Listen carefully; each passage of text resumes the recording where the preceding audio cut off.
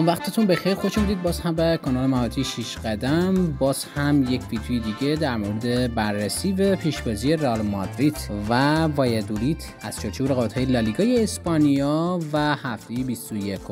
رئال مادرید در هفته 21 رقابت‌های لالیگای اسپانیا قرار است که به مصاف رئال وایادولید برود. رئال وایادولیدی که در قهر جدول یعنی در رتبه 20 قرار داره و رئال مادریدی که در صدر جدول قرار داره در رتبه نخست. رئال مادرید برای بقا در صدر جدول به پیروزی در این دیدار نیاز مبرم داره. رئال مادرید همونجوری که در تصویر مشاهده میکنید 20 بازی انجام داده، 14 برد، 4 مساوی، 2 باخت، 47 گل زده، 20 گل خورده با تفاضل گل مثبت 27 با 46 امتیاز در صدر جدول قرار داره. اما وایادولید در قهر جدول 20 بازی انجام داده، 4 برد، 3 مساوی، 13 تا باخت، 14 گل زده، 39 گل خورده با تفاضل گل منفی 25 با 15 امتیاز در رتبه 20 قرار داره. یعنی دیگه چیزی برای از دست دادن نداره. در این مقطع فصل بازی کردن در برابر تیم‌های قهر جدولی خیلی هم دشوارتر نسبت به تیم‌های میان جدول و حتی صدر جدولیه.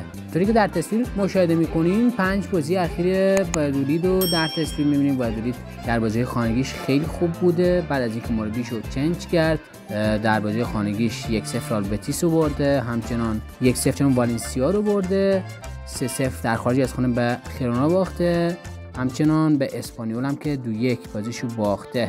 آخرین بازیش در لالیگای اسپانیاست که خارج از خانه بوده، ولی با رئال مادرید در خانه بازی میکنه. بازی این دو تیم بازی جذابی است. رئال مادریدی که در بازی رفتم نخستین بازی فصلش رو در سانتیاگو برنابئو انجام داد مقابل وایادولید.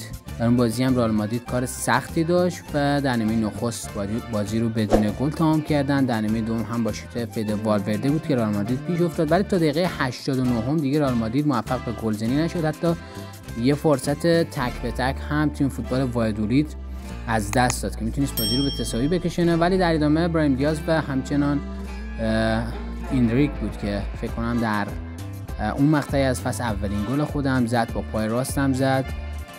بازی رو 3-0 رئال مادرید در اون دیدار پیروز شد ولی این بازی فرق میکنه. بازی در خانه و میزبان وایادولید هستش. در بازی که وایادولید میزبانه کار رئال مادرید رو واقعا دشوار میکنه. همیشه بازی سختی داشتن این دو تیم. تیم فوتبال رئال مادرید در 5 بازی اخیر خود 4 تا پیروزی داشته و 1 تساوی، اما وایادولید یکی در میون بازیاشو میبازه، بازی باختشو داده و بازی پیروزیش مونده. حالا ببینیم که شگون بد برای رئال مادرید داره یا خیر.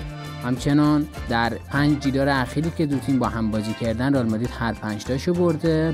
برد رئال مادرید در سانتیاگو برنابئو فصل قبل 6-0 بود که فوق‌العاده بود. اما در ورزشگاه خانگی وایادولید رئال مادرید معمولا پیروزی خفیفی داره، 1-0 و 2-0 بوده. بازیشون واقعا بازی جذابیه و به خصوص در خانه رئال وایادولید. همچنان تیم فوتبال رئال مادرید غایبین زیادی هم داره در این دیدار، از جمله بازیکنان همچون وینیسیوس جونیور که دومین بازی از محرومیتش رو سپری میکنه، ادواردو کاماوینگا، ادر ملیتائو و دنی کارواخال برای رئال مادرید مصدوم هستن. کومرت و راول مورو هم که برای تیم فوتبال وایادولید مصدوم هستن و در این دیدار حضور نخواهند داشت. ترکیب دو تیم هم که ترکیب احتمالی هستش. طبق معمول رئال مادرید کوردوا رو در چارچوب دروازه خود داره، رودیگر، مندی، چوامینی و وازگز، بلینگام، سوبایس، والورده و برایم دیاز، کلیان امباپه و رودریگو هم که در خط حمله یا مهاجمین. در ترکیب تیم فوتبال وایادولید هم که هین در چارچوب دروازه، سانچز، تورس، پرز، روسا در خط دفاعی حضور دارن، امالا، پرز، مارتین در خط هافبک، آندره در نوک حمله تیم فوتبال وایادولید، سانچز و پاهامی هم که دوتا ونگر وایادولید هستن. خب این بود ویدیوی ما در مورد بررسی به پیشبازی بازی رئال مادرید و وایادولید. امیدوارم که از ویدیو لذت برده باشید. نظریات و پیشنهادات خود را در کامنت ما بنویسید. همچنان ویدیو ما رو لایک کنید، کانال ما رو سابسکرایب کنید. تا ویدیو دیگر بدرود.